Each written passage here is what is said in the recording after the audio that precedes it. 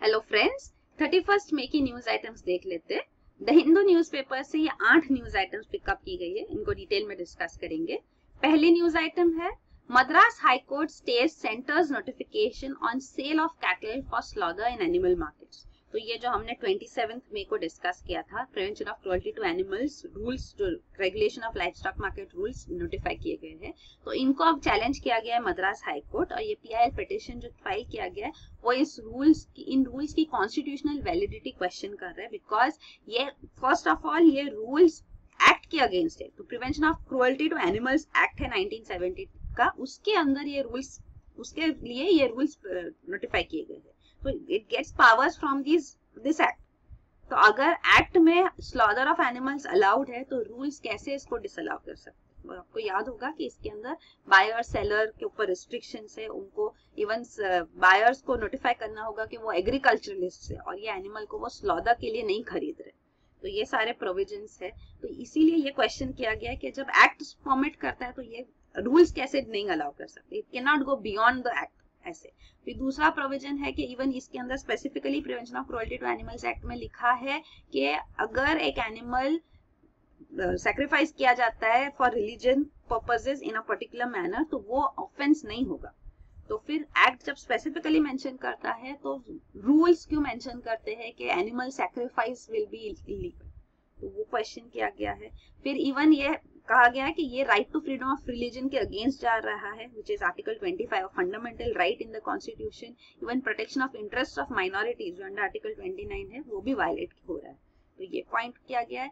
Plus prohibition of sale of cattle for slaughter जो है, तो इसके अंदर occupation freedom, right to freedom of trade, occupation and business जो आर्टिकल 19(1)(g) के अंदर है कॉन्स्टिट्यूशन का, वो भी वायलेट हो रहा है। इवन एनिमल कार्कस को भी आप सेल नहीं कर सकते, even for animals which are going to die and dead animals. तो ये रिस्ट्रिक्शंस जो है ये लोगों की लाइवलीहुड को भी अफेक्ट करेंगे, वो पॉइंट आउट किया गया है। प्लस एनिमल मार्केट का डेफिनेशन इतना ब्रॉड दिया गया है कि स्लॉटर के लिए एनिमल्स सेल करना डिफिकल्ट हो जाएगा। और एक वायलेशन है कि ये right to choice of food violate कर रहा है। तो this is a right to personal liberty, conscience and privacy, so वो भी वायलेट हो रहा है। और फाइनली एक्ट कह रहा है, ये पिटिशन कह रहा है कि 7th शेड्यूल के अंदर ये प्रोविजंस जो है regarding concerning markets, fairs and preservation of protection and improvement of livestock, ये स्टेट लिस्ट के अंदर है। तो इसके अंदर रूल्स सिर्फ स्टेट लेजिस्लेचर बना सकता है, सेंटर के पास पावर्स नहीं है कि ये इसके लिए लॉज, स्टैट्यूटरी रूल्स फ्रेम करे। तो ये सारे क्वेश्चंस रेज किए गए हैं। तो ये जिस्ट ऑफ दीज रूल्स यहाँ पे मेंशन किए गए, मेन पॉइंट्स कि कैटल सेल की जा सकती है एनिमल मार्केट में ओनली अगर दोनों, सिर्फ अगर दोनों बायर और सेलर दोनों सर्टिफाई करते कि इसको स्लॉटर नहीं किया जाएगा। फिर वो और एनिमल्स मार्केट्स के पेज पर भी जो रिस्ट्रिक्शंस है, तो इसमें काफी प्रोविजंस प्रॉब्लम्स आएगी स्लॉटर हाउसेस के लिए भी एनिमल्स बाय करने के लिए। और ये कैटल के लिए है, सारे बुल्स, काव्स, बफेलोज, बुलक्स सबको इंक्लूड किया गया अंडर कैटल। फिर अगला न्यूज आइटम है Babri case, Advani, Joshi, Bharti charged with criminal conspiracy. तो स्पेशल सीबीआई कोर्ट लखनऊ में यहाँ पे इन्होंने अब बीजेपी सीनियर लीडर्स है, L K. Advani, Murli Manohar Joshi, even union minister for water resources Uma Bharti, इनके अगेंस्ट इन्होंने क्रिमिनल कॉन्स्पिरेसी चार्जेस लगाए हैं फॉर दिसंबर 1992 बाबरी मस्जिद डिमोलिशन केस। तो ये केस अब 25 साल पुराना हो चुका है, लेकिन अब उनके अगेंस्ट क्रिमिनल कॉन्स्पिरेसी चार्जेस, पहली बार उनका ट्रायल स्टार्ट होगा क्रिमिनल कॉन्स्पिरेसी चार्जेस पे। तो ये क्रिमिनल कॉन्स्पिरेसी चार्जेस अभी लगाए गए। ऑलरेडी उनके अगेंस्ट जो चार्जेस है वो है राइटिंग के, अनलॉफुल असेंबली, फिर promoting enmity between different groups, assertions prejudicial to national integration और conducing statements conducing to public mischief। तो ये सारे चार्जेस उनके अगेंस्ट है कि रायट्स हुए हैं, अनलॉफुली असेंबल हुए थे, वो सब मिले थे। तो ये सारे चार्जेस के साथ क्रिमिनल कॉन्स्पिरेसी चार्जेस भी लगाए गए। तो ये इसलिए पॉसिबल था क्योंकि सुप्रीम कोर्ट ने अप्रैल 2017 में अपना एक्स्ट्राऑर्डिनरी कॉन्स्टिट्यूशनल पावर जो है उनके पास आर्टिकल 142 के अंदर कि वो अपने ऑर्डर्स को इम्प्लीमेंट करने के लिए ऑर्डर्स इशू कर सकते हैं। तो इससे उन्होंने ये क्रिमिनल कॉन्स्पिरेसी चार्जेस फिर से इनके अगेंस्ट फ्रेम करवाए। तो ये स्पेशल सीबीआई कोर्ट ने 2001 में क्रिमिनल कॉन्स्पिरेसी चार्जेस ड्रॉप किए, 2010 में इनको इलाहाबाद हाई कोर्ट ने भी अपहोल्ड किया, लेकिन सुप्रीम कोर्ट ने अब इनको रीइंस्टेट किया है। तो सीबीआई स्पेशल सीबीआई कोर्ट को अब डायरेक्ट किया गया है कि डेली हियरिंग्स होनी चाहिए इस केस की। तो ये सुप्रीम कोर्ट का ऑर्डर था, इसी ऑर्डर को इम्प्लीमेंट करने के लिए अभी स्पेशल सीबीआई कोर्ट इलाहाबाद में यहाँ पे उन्होंने क्रिमिनल कॉन्स्पिरेसी चार्जेस रिवाइव किए हैं। तो ये केस है। तो ये क्रिमिनल कॉन्स्पिरेसी थी क्योंकि यहाँ पे पहले से तैयारी चल रही थी, एक मंथ लॉन्ग ट्रेनिंग की गई थी for retired military officers, around 38 members थे। इनको लक्ष्मण सेना नाम दिया गया था बाय आरएसएस, बजरंग दल। तो ये बजरंग दल के वीएचपी ऑफिस बेरर्स को इनके बारे में पता था, और इवन इसके अलावा उन्होंने प्लान बी भी बनाया था कि अगर ये नहीं हो पाएगा डिमोलिशन तो डायनामाइट यूज करके स्ट्रक्चर को गिराना, ये शिवसेना का प्लान था। इवन एंड में यहाँ पे बाबरी मस्जिद डिमोलिशन में पेट्रोल बॉम्ब्स यूज किए गए थे, ऐसा भी कहना है। तो ये क्रिमिनल कॉन्स्पिरेसी चार्जेस है। और जो सुप्रीम कोर्ट ऑर्डर आया था जिसकी वजह से अब ये क्रिमिनल कॉन्स्पिरेसी चार्जेस रिवाइव किए गए, उसमें ये भी मेंशन किया गया है कि इस केस में डे टू डे हियरिंग्स होनी चाहिए, ट्रायल को 2 साल में कंप्लीट करना है, एडजर्नमेंट्स नहीं हो सकते इस केस में, और सीबीआई जो है थोड़े प्रोसिक्यूशन विटनेसेस को ही डेली उनको एग्जामिन करेगी, और कोई भी फ्रेश ट्रायल नहीं होगा for by recalling examined witnesses. तो जो ऑलरेडी एग्जामिन्ड विटनेसेस हैं उनको फिर से नई ट्रायल स्टार्ट करना है ट्रायल्स को। फिर अगला न्यूज आइटम है Modi Merkel nudge FTA sign a dozen agreements. तो ये broad based trade and investment agreement के बारे में, जिसको हमने 2 दिन पहले भी डिटेल में डिस्कस किया है। तो ये इंडिया ईयू का निगोशिएशंस चल रहा है। 16 राउंड्स निगोशिएशंस के हो चुके हैं, लेकिन 2013 से अब ये स्टॉल्ड है, फ्रेश निगोशिएशंस नहीं हुए। दोनों एक्चुअली यूरोपियन नेशंस भी काफी सारे और इंडिया में भी यहाँ पे इलेक्शंस मोड था, तो वो उसके बाद ये रिवाइव ही नहीं हुए। तो इंडिया और जर्मनी ने अब सिर्फ अग्री किया है कि जरूरत है इन निगोशिएशंस को रिवाइव करने की, और कोई डेवलपमेंट्स नहीं हुए। जो अग्रीमेंट साइन हुए इस मीटिंग में वो लो प्रोफाइल एमओयू साइन हुए रिगार्डिंग हेल्थ, एजुकेशन, सस्टेनेबिलिटी, और एक स्किल डेवलपमेंट के ऊपर भी है, ये training of Indian skill development officers and cluster managers. तो ये अग्रीमेंट साइन हुए। फिर अगला है धोला Sadia bridge named after Bhupen Hazarika. तो ये भी हमने ऑलरेडी डिस्कस किया, धोला सादिया ब्रिज ऑन 25 और 26 में। तो ये ब्रिज रिवर ब्रह्मपुत्र के ऊपर है, इंडिया का लॉन्गेस्ट ब्रिज है एट 9.15 किलोमीटर। इसको भूपेन हजारिका जी के नाम पे डेजिग्नेट किया गया इसका नाम। तो ये भूपेन हजारिका जो थे वो इंडियन प्लेबैक सिंगर थे, poet, film maker, lyricist, musician थे फ्रॉम आसाम। तो ये जो ब्रिज भी है धोला सादिया ब्रिज, ये आसाम और अरुणाचल प्रदेश को कनेक्ट करता है। तो वहाँ डिस्टेंस उसका काफी कम हो जाता है, इवन इसके ऊपर से बैटल टैंक्स जा सकती है, इतनी कैपेबिलिटी का ये ब्रिज बनाया गया है, क्योंकि अरुणाचल प्रदेश बॉर्डर नेशन है, बॉर्डर स्टेट है, बॉर्डरिंग चाइना। तो ये है, और यही है जो भूपेन हजारिका जी के सॉन्ग्स भी थे वो मेनली असामीज लैंग्वेज में थे, पर काफी सारी लैंग्वेजेस में उनको ट्रांसलेट किया गया है, लाइक इन बंगाली, हिंदी, और इवन हिंदी मूवीज में मेन स्ट्रीम किया गया है असामी सॉन्ग्स और लैंग्वेज को थ्रू भूपेन हजारिका। तो इसके लिए उनको दादा साहेब फाल्के अवार्ड भी मिला है। इस पद्मश्री, पद्म भूषण, पद्म विभूषण अवार्ड भी पोस्टमसली दिया गया, मतलब उनकी डेथ के बाद इन 2012। फिर अगला न्यूज आइटम है ओडिशा इज गांजा's ग्राउंड जीरो। तो गांजा जो है, गांजा क्रॉप यहाँ पे ओडिशा के इनएक्सेसिबल फॉरेस्टेड रीजन्स में ग्रो किया जाता है बहुत बड़ी तादाद में। तो यहाँ पे क्लाइमेटिक कंडीशंस भी बहुत सूटेबल है, और यहाँ पे पब्लिक मूवमेंट भी, पुलिस मूवमेंट भी काफी कम है, क्योंकि ये माओइस्ट इन्फेक्टेड रीजन है, यहाँ पॉवर्टी भी काफी ज्यादा है। तो इस वजह से यहाँ पे ये क्रॉप्स एक सोर्स ऑफ लाइवलीहुड की तरह फंक्शन करते हैं। हालांकि गवर्नमेंट यहाँ पे लॉ एनफोर्समेंट एजेंसीज ने काफी सारा क्रॉप डिस्ट्रॉय किया। तो around 8,500 acres canopy crops destroy हुए लास्ट फाइनेंशियल ईयर में भी, उसमें से ओडिशा का 47% डिस्ट्रक्शन था। तो इससे ये पता चलता है कि Odisha is ground zero, main capital, और कंधमाल डिस्ट्रिक्ट स्पेसिफिकली ओडिशा में it's called the nucleus of गांजा क्रॉप। तो ये सामने आ रहा है। तो ये इलीगल है कंट्री में, because it's not intoxicants, not good for the health, तो वो अलाउड नहीं है कंट्री में।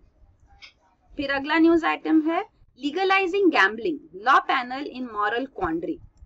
तो अब लॉ कमीशन ऑफ इंडिया ने व्यूज मांगे पब्लिक से कि क्या गैम्बलिंग और बेटिंग को कंट्री में लीगलाइज करना चाहिए, तो क्या ये मॉरली करेक्ट है इन इंडियन सर्कमस्टांसेस, क्या इसकी वजह से जो गवर्नमेंट को सब्सटेंशियल रेवेन्यू मिलेगा, जनरेट करेगा एम्प्लॉयमेंट, तो क्या ये हेल्प करेगा इसके लिए, तो ये है। फिर अगर ये लीगलाइज किया गया तो क्या फॉरेन बेटिंग और गैम्बलिंग कंपनीज को भी अलाउ करना चाहिए, और अगर लीगलाइज किया गया तो अगर लोग इसमें बैंकरप्ट हो जाते, उनका सब लूट जाता है, तो वो उसके लिए सेफगार्ड्स कैसे लाए जा सकते हैं। तो ये सारे क्वेश्चंस रेज किए गए हैं और इसके रिस्पॉन्सेज के बेसिस पे लॉ कमीशन एक रिपोर्ट प्रिपेयर करेगा और गवर्नमेंट को सबमिट करेगा। तो ये लॉ कमीशन ने ये एक्सरसाइज इसलिए स्टार्ट किया क्योंकि सुप्रीम कोर्ट ने उनको कहा था कि ये पॉसिबिलिटी वो देखे कि क्या ये पॉसिबल है कि नहीं कि लीगलाइज किया जाए बेटिंग और गैम्बलिंग को। तो ये आईपीएल बेटिंग स्कैंडल जो हुआ था उसके बाद सुप्रीम कोर्ट ने कमेटी अपॉइंट की थी, लोधा पैनल। तो लोधा पैनल ने बेटिंग को लीगलाइज करने का रिकमेंडेशन दिया। हालांकि बेटिंग और गैम्बलिंग कंट्री में इलीगल है और इलीगल होने के बावजूद भी ये काफी प्रोमिनेंटली होती है, वो सबको पता है। प्लस ऑल्सो जो लॉज है वो लॉज फिजिकल गैम्बलिंग के लिए है, बट ऑनलाइन वर्चुअल गैम्बलिंग इसके पर्व्यू से बाहर है। तो उसमें क्राइम, करप्शन, मनी लॉन्ड्रिंग काफी सारा होता है। तो अगर ये लीगलाइज किया जाएगा तो उसके बेनिफिट भी हो सकता है, ये कहा जा रहा है। तो वो है, काफी सारा पैसा इसमें इन्वॉल्व है। और ऑलरेडी सुप्रीम कोर्ट के पास 2 केसेस आ चुके हैं। एक था on horse races and card games. तो इसके अंदर सुप्रीम कोर्ट का मानना है कि हॉर्स रेसिंग जो है ये गेम ऑफ स्किल है, गेम ऑफ चांस नहीं है। तो जब चांस होता है तब गैम्बल किया जाता है, बेट किया जाता है, पर गेम ऑफ स्किल में बेटिंग गैम्बलिंग कैसे हो सकता है। इवन अनदर केस में सुप्रीम कोर्ट ने कहा था कि रमी भी गेम ऑफ स्किल है, it's not entirely based on chance. तो ये स्टेटमेंट्स ऑलरेडी ऑर्डर्स गवर्नमेंट के आ चुके हैं सुप्रीम कोर्ट के। फिर अगला न्यूज आइटम है vibrant Gujarat summit forced silence on Zika. तो ये 3 जीका वायरस केसेस जो अहमदाबाद में सामने आए हैं कि अब पता चले 6 महीने बाद। तो 4 जनवरी 2017 को ये लैब टेस्ट से भी कंफर्म किए गए थे, पर गवर्नमेंट ने इनके बारे में नहीं बताया और गवर्नमेंट का कहना है कि इसलिए नहीं किया गया क्योंकि पैनिक हो जाता लोगों में। लेकिन अब ये भी सामने आ रहा है कि ये टाइम था जब वाइब्रेंट गुजरात समिट हो रहा था। तो 9 to 13 जनवरी 2017 के बीच में ये वाइब्रेंट गुजरात समिट था, जो ग्लोबल ट्रेड शो है। तो फॉरेन इन्वेस्टर्स यहाँ से आते, बहुत सारा ये वाइड कवरेज, इसको पब्लिसिटी मिलती है, प्लस इवन फॉरेन इन्वेस्टर्स काफी सारे प्रोमिनेंटली यहाँ आते हैं। तो अगर इस टाइम पे जीका वायरस का अनाउंसमेंट किया जाता, फिर ट्रैवल एडवाइजरी लाना पड़ता कि यहाँ पे जीका वायरस का थ्रेट है, तो उसकी वजह से ये समिट डिस्ट्रॉय हो जाता। तो इसीलिए गवर्नमेंट साइलेंट रही, ये पॉइंट सामने अब आ रही है। और ये एक्चुअली वायलेट करता है even world health organization requirements. World health organization के रिक्वायरमेंट्स के हिसाब से भी अगर ऐसा कोई इंसिडेंट है तो उसको 24 आवर्स के अंदर रिपोर्ट करना चाहिए वर्ल्ड हेल्थ ऑर्गेनाइजेशन को, लेकिन वो भी नहीं किया गया, वो भी मई में ही किया गया। तो ये पॉइंट सामने आ रही। फिर लास्ट न्यूज आइटम है mine sweeper deal to be inked soon. तो 12 माइन स्वीपर्स और माइन काउंटर मेजर वेसल्स ये इंडियन नेवी प्रोक्योर करने वाली है फ्रॉम साउथ कोरिया। तो इसके लिए इंडिया और साउथ कोरिया काफी समय से निगोशिएशंस कर रहे हैं और काफी डिलेज हो रहे हैं, specially with respect to pricing. तो प्राइसिंग इसका अराउंड 32,640 करोड़ का ये डील है 12 माइन स्वीपर्स के लिए। ये मेक इन इंडिया होगा। तो यहाँ पे गोवा शिपयार्ड लिमिटेड को नॉमिनेट भी किया गया है as the yard for construction of these mine sweepers, और ये टेक्नोलॉजी ट्रांसफर के अंदर होगा।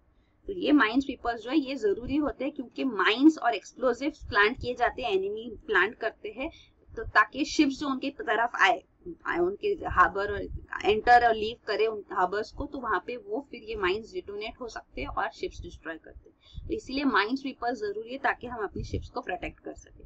तो ये माइन स्वीपर्स फिलहाल जो इंडियन नेवी के पास है 4 है और वो एजिंग है, मतलब वो रिटायर हो जाएगी बाय 2018 एंड।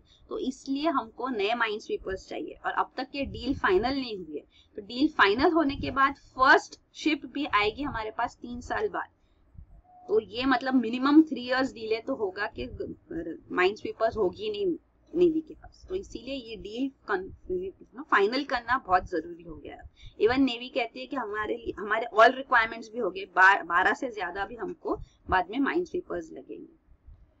तो ये है माइन स्वीपर्स के बारे में कि वो कैसे फंक्शन करते हैं। तो शिप्स ये डिटेक्ट करते हैं, स्कैन सोनार सिस्टम यूज करते हैं ताकि वो बॉटम माइंस है या तो इवन मूड माइंस जो फ्लोट होते हैं at a certain path depth पे, तो उनको ये डिटेक्ट कर सकते हैं। और वो फिर ये माइन स्वीपर्स एक्चुअली माइंस कैसे फंक्शन करते हैं, या तो फिजिकल कॉन्टैक्ट हुआ तो माइंस ब्लास्ट हो गए, या तो फिर इवन बाय प्रेशर, अकॉस्टिक्स मतलब sound related, and even magnetic signature से मैग्नेटिक फील्ड डिटेक्ट करते हुए भी उनका ये माइंस डिटोनेट होते हैं, मतलब एक्सप्लोड होते हैं। तो इसीलिए जो माइन स्वीपर्स होते हैं उनका ग्लास रीइंफोर्स्ड प्लास्टिक से वो बनाए जाते हैं ताकि इनका मैग्नेटिक सिग्नेचर भी कम हो जाए काफी। और ये शिप्स में रिमोटली ऑपरेटेड व्हीकल्स होते हैं जो ये माइंस को डिटोनेट करते हैं और सेफ पैसेज फैसिलिटेट करते हैं। तो ये माइन स्वीपर्स हमको प्रोक्योर करने हैं फ्रॉम साउथ कोरिया। तो यही है न्यूज आइटम्स। Thank you.